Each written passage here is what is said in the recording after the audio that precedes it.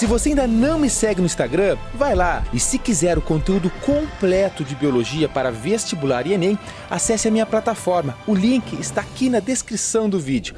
Uma boa aula. Fala pessoal, tudo certinho? Bem-vindos a mais uma videoaula, mas agora está um pouco diferente. Aquecimento para redação no Enem, mas que barbaridade, me caiu nos buteados do bolso. Professor, você vai explicar redação no Enem, biologia e história? Não, gurizada, não. Eu tenho dois queridos amigos e colegas presenciais aqui de Curitiba e eu vou chamar eles para apresentar. Léo e Gabi, por favor, venham aqui. E aí, Léo, tudo certinho? Tudo certinho, Olá. Graças a Deus. Muito obrigado, Samuel. Barbaridade! Gurizada, estamos aqui então hoje unidos para conversar sobre um tema muito importante, que é a redação, que a Gabi vai falar aí, né, na questão, e o Léo, que é professor de História, e eu, professor de Biologia, a gente vai discutir e conversar aqui com vocês. Agora te liga, convidados excepcionais aqui. Eu quero fazer um... Agora dá licença, dá licença. Tia gurizada, te liga. Sabe que aqui o papo é reto, né? Vocês aí sempre me apoiaram no canal. E eles têm um canal no YouTube que estão começando agora. Começaram há pouquíssimo tempo, mas um conteúdo de qualidade que eu falo, que barbaridade, os caras merecem. E eles ainda não chegaram a 1.000 inscritos, tu acredita? Mas já mereciam ter no mínimo 10 mil. Então, moçada, aqui na descrição tem o link pro canal de cada um deles. Aquela força, porque a gente está falando de um assunto importante, né? Se inscrever no canal deles. Porque o professor, pô, a gente faz um trabalho pesado, né? Tinha internet, edita e grava em hora extra, porque eles dão várias horas semanais de educação aqui em Curitiba. Então, fica aí o pedido que eu faço, eu que estou pedindo isso, né? Para vocês conhecerem o trabalho desses queridos amigos aqui. Beleza? Agora vamos falar, eu vou passar a palavra para a Gabi, porque ela que é a mulher aí da redação. Então, vai, Gabi, vai! Pessoas, antes de mais nada, é preciso dizer a todos os senhores e as senhoras que é um prazer inenarrável estar aqui nesse espaço tão querido que é o espaço de Samuel. Bom, essa aula foi pensada justamente para a gente dar uma revisada, já que o Enem tá aí, né? Uma semana para a prova, então bora lá. Bom, quando a gente vai fazer uma redação, é importantíssimo não ficar focado só no que tema que vai cair, mas saber estruturar, saber validar teu conhecimento. Então, olha só o que eu montei pra gente. Eu peguei um exemplo de tema que pode usar como repertório a biologia, pode usar como repertório a história, que é Desafios da Desinformação Científica no Brasil. Lembra que todo tema de redação do Enem, ele é um problema social. Então tá aqui um problema social possível de ser cobrado. Desinformação científica e especificamente no Brasil. Bom, todo tema, ele precisa ter 2 argumentos que são sustentados, que serão desenvolvidos no parágrafo 2 e no parágrafo 3. 2 possíveis desafios que a gente pode pensar são em relação à disseminação de notícias falsas, que favorecem a desinformação, e a descrença da população na ciência. Só que eu sozinha chegar lá na prova do Enem e ficar dizendo que 2 desafios é a disseminação de notícias falsas e a descrença da população na ciência não sustenta o meu argumento. Eu preciso de repertório legitimado. E não basta só repertório legitimado, não. Eu preciso conseguir ainda, a partir desse repertório, fazer o que é chamado de uso produtivo no Enem. Então, olha só o que a gente vai fazer hoje. Vem o Samuel, vem o Léo, eles ensinam, explicam pra gente aqui o que a gente podia usar, seja da história, seja da biologia, para sustentar esses 2 argumentos.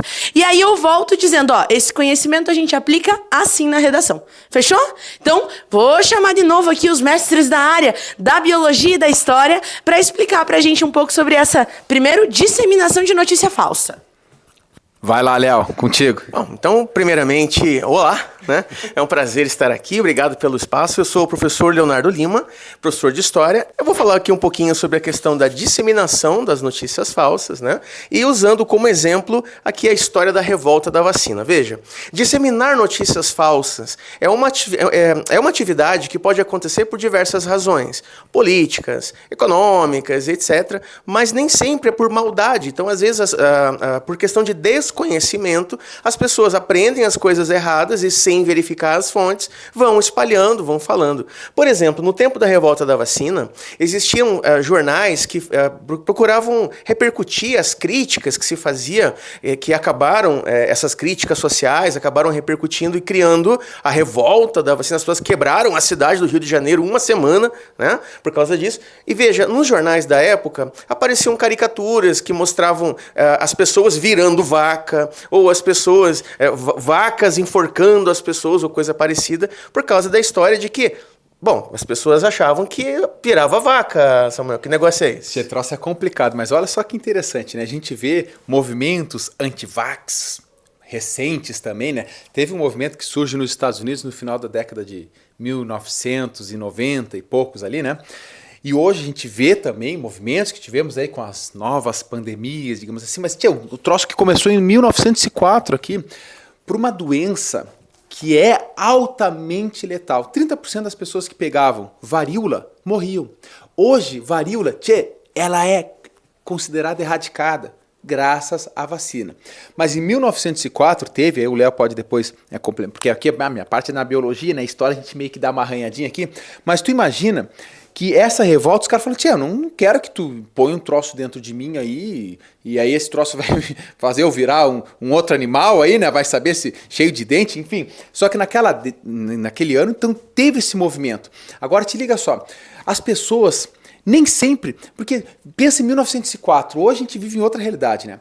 A internet e tal, tanto informações verdadeiras ou não, mas naquela época tu tinha que acreditar na fonte que tu lia, e é muito menos a quantidade de fontes que você possibilitava. Então se você lia uma fonte ou escutava de uma pessoa uma desinformação, você acabava acreditando nela. Então olha o quão complicado isso aconteceu. Então aí o Léo vai me corrigir se eu estiver errado. É claro, né, pessoal, nessa campanha Oswaldo Cruz estava junto, o governo federal apoiava a vacinação contra uma doença que era extremamente grave, a varíola, né? Então, aí o que acontecia? As pessoas falam, eu não quero isso. Só que daí teve uma forçação também, óbvio, em vez de ter uma campanha grande de conscientização, o que a gente teve no Brasil no início dos anos de 1990 também, Zé Gotinha e tudo mais, eu queria realmente entrar à força lá e vacinar as pessoas. Eu não quero virar vaca, né? Hoje é outro, né? As pessoas, né, vão virar outros animais, mas naquela época era virar vaca praticamente, porque até a origem do nome vacina vem de vaca, né? Bom, aí a gente pode ver em outra aula como surge essa primeira vacina. E aí, gurizada, então o que a gente tem que se ligar aqui é que a falta de informação, ou a informação que às vezes tu passa para uma pessoa na maldade, a outra pessoa que recebe pode passar para outra sem ser na maldade, simplesmente porque ela acreditou.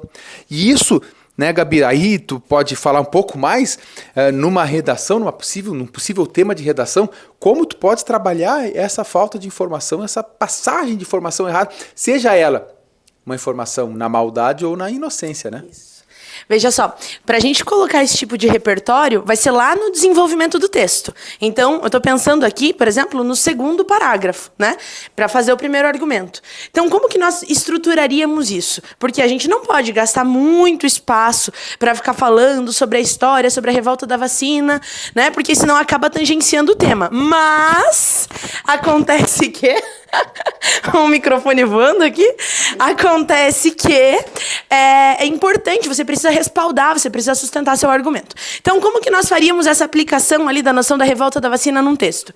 Olha só, segundo parágrafo, que é o desenvolvimento, você faria ali entre 3 a 4 frases. Mais legal em 4 frases, porque daí você dá profundidade. Na primeira frase, você apresentaria qual é o seu primeiro argumento. Então, você falaria aqui, um dos principais desafios da desinformação científica no Brasil atualmente é a disseminação de notícias falsas. Daí você vai dizer, tá, mas você falou que é atualmente. Onde que eu vou colocar a revolta da vacina? Que é lá em 1904. Aí no teu repertório, segunda frase, quando você apresenta teu repertório, que você precisa apresentar isso aqui numa frasezinha só, 3 linhas no máximo. Como é que você faz isso?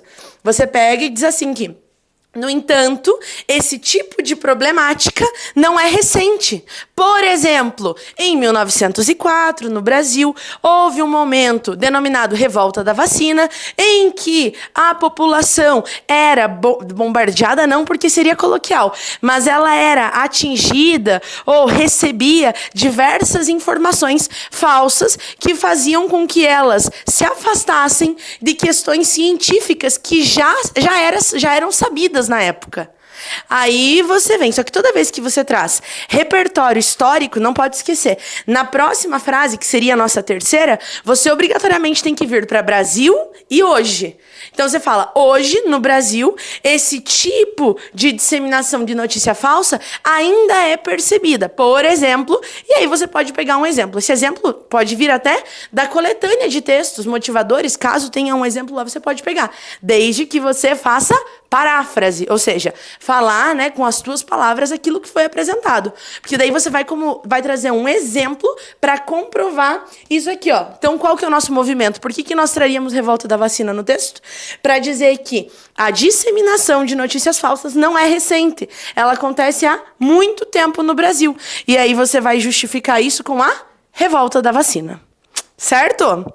E agora, nós iríamos para um segundo argumento. Na verdade, eu queria falar um pouquinho mais da revolta que eu quero implementar. Opa, então, revolta.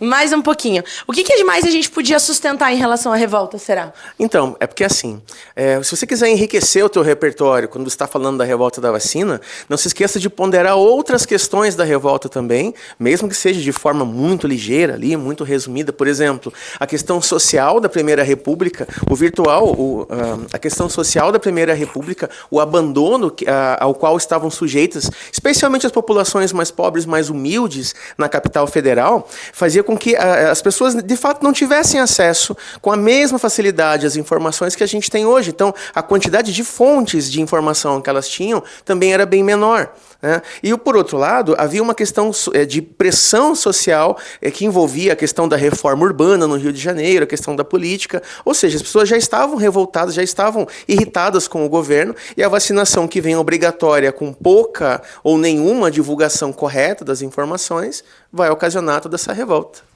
Que doido, hein? E história, gurizada, é uma coisa assim que eu falo, professor, qual a importância de estudar história? É não cometer os mesmos erros, né? E muitas vezes a gente acaba cometendo.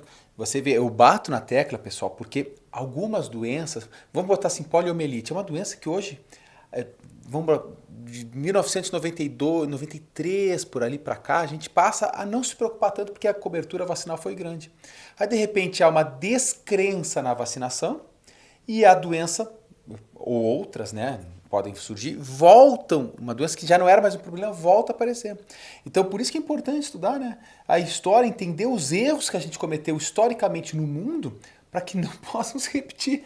E a história é fundamental, gurizada, estudar a história. E é uma coisa, sabe, vou revelar aqui para vocês, gurizada. Eu tinha assim, não gostava de história no ensino médio. Hoje eu curto. Nossa. É verdade, te digo no duro, velho, falando sério. Hoje eu até curto, assim, embora eu saiba que tem que estudar muito mais. Muito mais. A gurizada que vai fazer Enem, vai fazer vestibular, já sabe, tem que estudar muito. Mas enfim, Gabi, posso para o segundo tema aqui? Bora. Então vamos lá. Descrença da população na ciência. Eu começo e o Léo me complementa aqui. Aí eu falei, Gabi, vamos falar de Darwin. Tu fala, mas Darwin é um cara que acreditava em ciência? Claro que sim. O cara é um naturalista que pegou um navio, entrou num navio com um botânico lá, e o cara deu a volta no mundo, ficou anos viajando, e ele começou a observar. O cara era um gênio, não dá para falar que não era um gênio. E ele, ao observar, naquela época, tu imagina, não existia a palavra DNA, o que é um gene, o que é o A, o T, o C, o G, adenina, timina, citosina, guanina, não sabia de nada disso. Só que o cara conseguiu, ao observar, entender relações de seres vivos, no qual ele conseguiu deduzir, e aí hoje é mais do que comprovado isso, que as espécies sofrem modificações, e isso é evolução, que não é o foco desse tema. Só que você imagina que nós estamos aqui, 1830 até 30 e poucos, até chegar em 1859, quando ele de fato publica o livro chamado Origem das Espécies.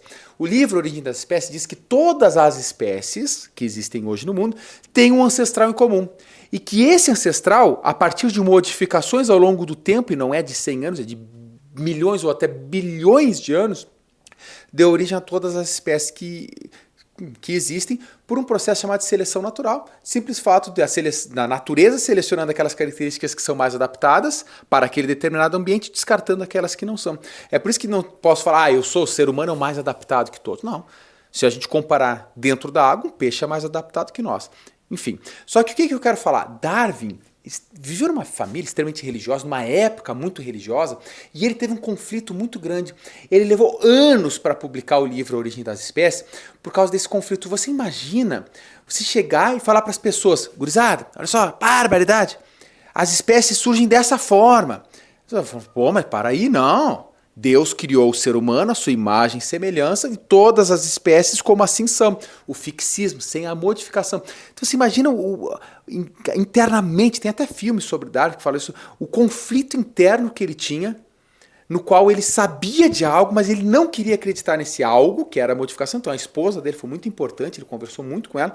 Até que também a gente não pode deixar de falar do Wallace, né? Que é um carinha que estava junto com Darwin, quase ele que publica antes de Darwin, então Darwin foi um pouquinho na frente, tá? Mas enfim, então você imagina que há uma descrença na população, porque ele estava sozinho naquele tempo, descobriu algo importantíssimo para a evolução, para a ciência. No entanto, esse algo importantíssimo era visto pela população geral como algo desacreditado. Então, a gente está sozinho no mundo onde há muitas descobertas e pouca crença nisso. Certo? Então, você imagina naquela época, eu chamo o Léo aqui para falar um pouco da história, Inglaterra, 1859, imagina, moçada, naquela época, se tu chegasse para uma pessoa e falasse, sabe, sobre, sei lá, coisas que hoje para nós é muito fácil falar internet naquela época, sai daí, velho. Os caras estavam ainda patinando em muitas coisas, mas a mentalidade humana, a nossa espécie, já tinha capacidade total. Muitas vezes a gente olha para a nossa espécie e fala, mas naquela época a pessoa não tinha capacidade. Não, a gente já tinha. Acontece que o conhecimento e a ciência nos torna cada vez mais, como população, sabedouros aí dos conhecimentos e das descobertas que a gente vai fazendo ao longo do tempo. Né, Léo? Chega junto. Opa, e assim, pensando na descrença da população em relação à ciência. Gente, o conhecimento científico no século XIX, ele está se colocando, ele está se consolidando. Diversas áreas científicas que hoje são completamente consensuais, a existência delas, surgem no século XIX ou se organizam enquanto ciência. A própria história vai se organizar para valer como ciência no século XIX. Então, os estudos do Darwin, do Wallace e de outros grandes naturalistas e também outros grandes cientistas, no século XIX, eles dependiam de uma divulgação que praticamente era muito restrita, ficava muito restrita a uma certa classe de pessoas que tinham condições de ter estudo, tinham condições de ter acesso a essas coisas. O grosso da população estava vivendo uma vida muito mais prática. Então, a descrença da população na ciência, como no século XIX, como hoje, às vezes decorre da falta de acesso também à comunicação, da falta de acesso à educação formal e assim por diante. Eram tempos muito difíceis e são até hoje. Pega a tia do Zap, né? Muita gente pensa assim, peraí, vai lá, recebe uma fake news, né? Uma notícia falsa, desacreditando na ciência, então são temas conectados. Aí ela chega e fala, não, mas para aí, eu li aqui que uma vacina não faz bem, porque vai mudar o nosso DNA, a vacina da Pfizer, né, que é uma vacina de RNA mensageiro, tu vai estudar um pouquinho, tu vai ver que isso não tem nenhuma relação. Mas por que surge essa descrença? Então, são por vários fatores, e isso é a grande reflexão que a gente faz. A gente está falando de dois momentos históricos lá atrás, certo? Hoje, a gente é bombardeado por notícias a todo momento, por informações. A questão é a gente saber filtrar essas informações, né? E aí eu vou chamar a Gabi para ver, pai, o que tu faz com tudo isso aí, tchê? Na redação? É isso mesmo, porque vocês falaram muitas coisas, muito. Tem uma riqueza absurda aqui de repertório, mas a gente precisa recortar. Até porque, lembra, na redação do Enem, você tem ali no máximo uma frase de espaço para conseguir desenvolver seu argumento. Então, como que nós faríamos? Isso aqui estaria no terceiro parágrafo de vocês, que seria o segundo desenvolvimento. Então, na primeira frase, né, do terceiro parágrafo, vocês diriam, além disso, um outro desafio relativo à desinformação científica no Brasil é a descrença da população nos estudos acadêmicos, que é um sinônimo de científico.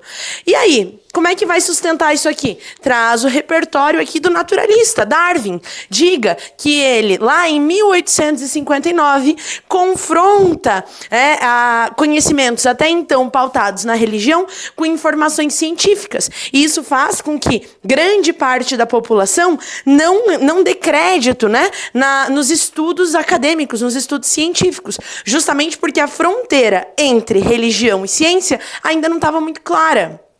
E qual que é a relação? Por que eu vou trazer essa informação? Lembra que toda vez que você traz um repertório como esse, agora a gente está falando de Inglaterra, está falando de século XIX, como que eu trago isso para o meu texto? Na terceira frase do terceiro parágrafo, vem para o Brasil e vem para hoje. Que relação que eu quero fazer? Eu posso dizer que até hoje, a sociedade, por exemplo, no Brasil, também tem uma descrença ou tem um certo distanciamento em relação à ciência. E muitas vezes, pela falta de conhecimento, ou então por questões ideológicas, religiosas, políticas. E aí você traz um exemplo para comprovar isso. Não esquece, a gente tem que respaldar. Então, traz a questão do Darwin e daí relaciona com o Brasil e hoje. O grande lance em relação ao repertório é você levar em consideração que quando você apresenta um conhecimento, esse repertório legitimado, produtivo, você precisa pensar e responder o seguinte na tua redação. Por que você pensou nisso? Por exemplo, quando falou de notícia falsa, por que pensou na revolta da vacina? Ué, porque até hoje tem disseminação de notícia falsa. Fechou? Quando falou de descrença da população na ciência, por que você pensou em Darwin? Ah, porque ele também enfrentou dificuldade da população que tinha resistência em relação aos ideais científicos. Pois bem, você diz que isso permanece até hoje. Não mais em relação única, exclusivamente no eixo ciência e religião, mas a ciência frente às ideologias, a ciência frente à religião, a ciência frente a questões ideológicas e por aí vai. Sabe, meninos, uma coisa legal que eu queria deixar aqui para os alunos é o seguinte: todo e qualquer conhecimento, todas as aulas que o Samuel dá aqui no canal dele, que o Léo grava de história, tudo que é conhecimento legitimado, ele é válido na redação. Você pode usar tudo quanto é repertório. Um fato histórico, um fato mais recente, uma teoria, um conhecimento, uma área do conhecimento é válida. Você só precisa deixar claro o seguinte: por que você pensou isso? Aí, tendo estabelecida, costurada a relação entre o teu repertório e o tema, fica muito mais fácil. Você vai conseguir fazer o que é chamado de uso produtivo. Tia gurizada, te liga aqui no que eu vou te passar. Tudo isso que a Gabi falou, que o Léo falou, que eu falei. Uma coisa eu quero que fique para vocês. Redação, eu conto com o milzão de vocês aí, né, tia? Isso aí, né? Isso aí. Agora, assim, uma coisa que eu, Samuel, agora queria passar para vocês, para que fique para a vida agora, não só para o milzão do Enem que vai vir, ou dos vestibulares, porque a redação é mais ou menos padrão. Tudo. O conhecimento é a nossa maior arma, pessoal. Se hoje a gente vive no Brasil 70 e tantos anos como média, se a média mundial está aí quase 80 anos, não é porque você achou que... Não, é porque a ciência comprovou por um método chamado método científico, e hoje temos antibióticos, temos vacinas e temos qualidade de vida, tanto na alimentação quanto no conhecimento. Sabe, você, vou comer churrasco todo dia, comer só a gordura da picanha. Eu adoro isso, velho. Só que se eu passar isso fazendo isso 10, 20, 30 anos, véio, vai dar problema. A gente sabe que dá problema. Então, o que acontece hoje? Você vai no médico, vê como é que tá teu sangue. Tá com açúcar, trata. Antigamente, não. Tu tinha diabetes mellitus, tu mijava, a formiga vinha, velho. Porque tinha açúcar ali. Só que tu morria, por quê? Porque tu não tinha tratamento para isso. Hoje tem. Então, hoje, pessoal, a gente fala, a pessoa tem uma doença incurável. Não. A grande maioria das doenças hoje são curáveis. Tá? Então, o conhecimento, pessoal, a ciência se deu por degrau. Então, isso aqui a gente fala de momentos históricos que a gente estuda. E tu fala, 1904 faz tanto tempo. Cara, estamos aí pouco mais de 100 anos, um pouco mais de 150 anos aqui. É nada, pessoal. É nada na história. Tá? Então o Léo depois fala, a história, a gente é espécie recente no mundo, e a gente tem que se pôr como isso. Não fique achando que o mundo foi feito só para o seu bem. Não, o mundo tem que ter equilíbrio entre você, nossa espécie, né, e todas as outras espécies. Se a gente pensar só em nós como os supremos do mundo, a gente vai destruir tudo, e depois o tudo destrói a gente.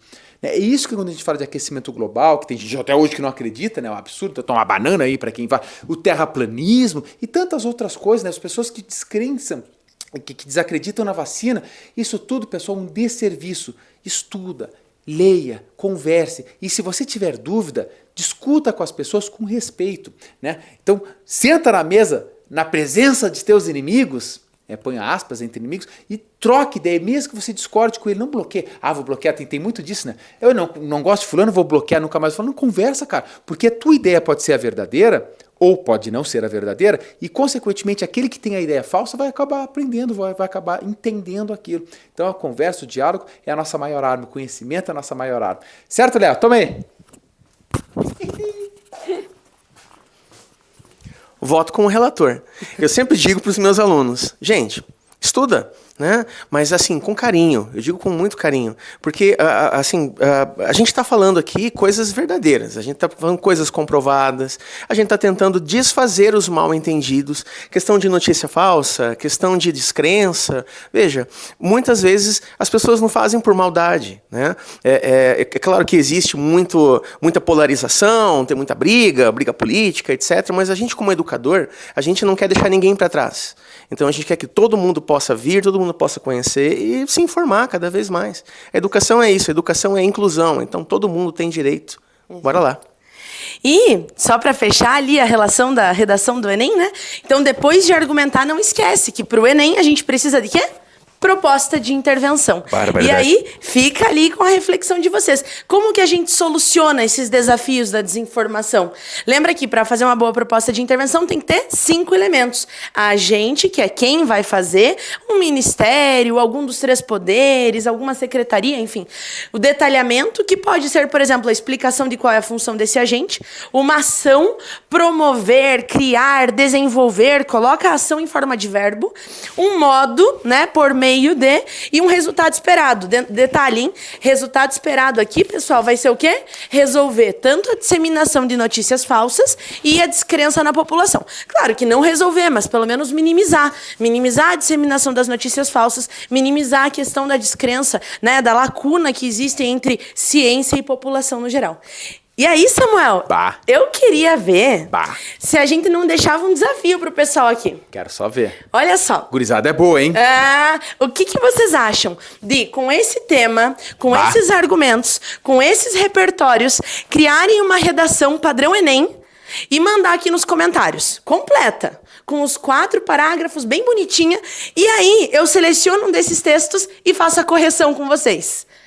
Gurizada, olha que proposta. Tem a Gabi aqui, minha parceira, professora na mesma escola que eu dou aula, tem um terceirão lá na mesma turma, professora de gabarito. Então, olha só, se tu tiver essa disposição, e eu acredito que você tenha, professor, mas eu tô olhando esse vídeo em 2030, vale, um por ano, pode ser, Gabi? Pode ser, um por ano. Combinado? Eu me comprometo, um por ano. Então ela vai pegar 2100, né?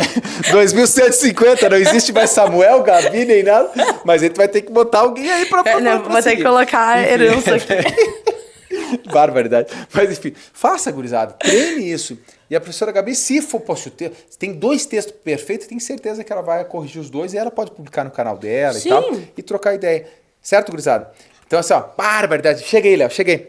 Eu quero agradecer aqui a presença. Nossa, muitíssimo obrigada por esse espaço. Segura aqui, Léo. Muito bem. Pessoal, assim, esse vídeo tá no meu canal, Biologia com Samuel Cunha, mas o canal deles tem materiais excepcionais. Eles começaram com um conteúdo já top, assim, fala, tá perfeito. Se eu tivesse começado com isso lá em 2015, já teria bombado em 2015, eles já começaram topando. Só que a gente sabe que hoje é truncado o YouTube, então, fica aí o meu convite. Eles vieram receber, então, história. Fizemos uma aula multidisciplinar, temos quase 30 minutos de aula de puro conhecimento e bate-papo com vocês. Certo? Então, eu quero agradecer os 2 e as palavras finais é deles. Eu vou deixar agora eles aqui no final, vou sair aqui de cena, mas eu agradeço a todos vocês. Não se esquece de dar aquele like felpudo, barbaridade, né? Se inscrever se não é inscrito e se inscrever no canal deles, que eles vão divulgar agora no Instagram e tudo mais. Fechou. Valeu, gurizada, com vocês. Obrigada, Samuel, obrigada por esse espaço. Gente, a gente espera ter contribuído aí, viu? E sem palavras para o apoio do Samuel, se a gente veio para o mundo da educação virtual, o grande incentivador é quem? Não é todo dia que você consegue dar uma aula no canal do cara que você é fã, né? Então eu sei muito bem como vocês se sentem, porque eu sou fã do Samuel Cunha e agora eu vim aqui dar uma aula. Meu Deus, só posso agradecer, gente. Um grande beijo, pessoal, e tchauzinho, até a próxima! Até a próxima.